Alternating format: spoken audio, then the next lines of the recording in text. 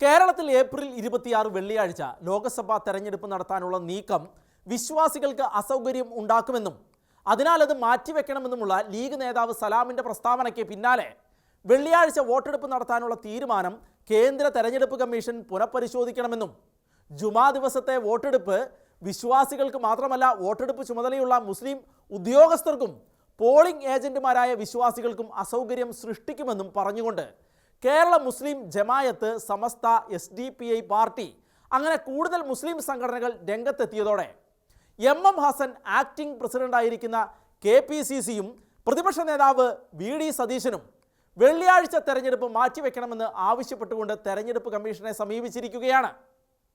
ഇസ്ലാമിക സമൂഹത്തിൻ്റെ ആത്മീയ നിർവഹണങ്ങൾ നടക്കുന്ന വെള്ളിയാഴ്ചകളിൽ തെരഞ്ഞെടുപ്പ് അവർക്ക് അസൗകര്യം ഉണ്ടാക്കുമെന്ന ന്യായമായ കാര്യം അവർ ഉന്നയിക്കുകയും അതിനുവേണ്ടി സംഘടിതമായി ശബ്ദിക്കുകയും ചെയ്യുന്നത് സ്വാഭാവികമാണ്.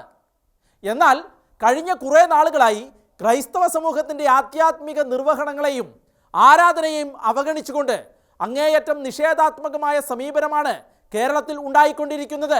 ഒരു വർഷം മുമ്പ് ഒരു ദുഃഖാന ഞായറാഴ്ചയും തുടർന്നുള്ള ഞായറാഴ്ചകളിലും ഫയൽ തീർപ്പാക്കലിൻ്റെ പേരിൽ പ്രവൃത്തി ദിവസമാക്കിയും ക്രിസ്തുമസ് ദിനങ്ങളിൽ NSS ക്യാമ്പ് നടത്തിയും ക്രൈസ്തവ സമൂഹത്തിൻ്റെ ആരാധനയ്ക്കും തിരുക്കർമ്മങ്ങൾക്കും അസൗകര്യം സൃഷ്ടിച്ച കേരളത്തിലെ ഭരണകൂടത്തിനെതിരെ ക്രൈസ്തവ സമൂഹം പ്രതിഷേധിച്ചപ്പോൾ ഈ പറയുന്ന കേരള പ്രദേശ് കോൺഗ്രസ്സുകാർ അത് അറിഞ്ഞ ഭാവം പോലും കാണിച്ചില്ല എന്നതാണ് സത്യം.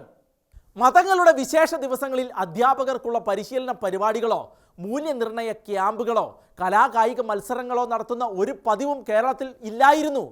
എന്നാൽ ചില സമ്മർദ്ദ ശക്തികൾ രാഷ്ട്രീയ ഭരണ തലങ്ങളിൽ പിടിമുറുക്കിയതോടെ ക്രൈസ്തവ സമൂഹത്തിൻ്റെ വിശേഷ ദിവസങ്ങളെ പ്രവൃത്തി ദിവസമാക്കിക്കൊണ്ട് സർക്കാർ പരിപാടികൾ വയ്ക്കുന്നത് പതിവായിരിക്കുകയാണ്.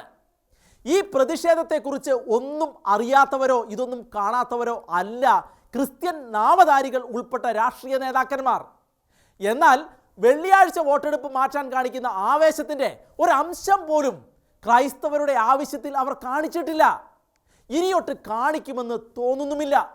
ക്രൈസ്തവ സമൂഹത്തെ ആകമാനം ഉദ്ധരിക്കാനുണ്ടാക്കിയ JB കോശി കമ്മീഷൻ റിപ്പോർട്ടിലെ പ്രസക്തമായ ഭാഗങ്ങൾ പോലും പുറത്തുവിടാതെ ഈ സർക്കാർ അതിൻ്റെ മുകളിൽ അടങ്ങിയിരിക്കുമ്പോൾ അതിനെതിരെ പ്രതിഷേധിക്കാനോ അത് നേടിയെടുക്കാനോ കേരളത്തിലെ ക്രൈസ്തവർക്ക് കഴിഞ്ഞിട്ടില്ല എന്നത് ക്രൈസ്തവരുടെ കഴിവുകേട് തന്നെയാണ്.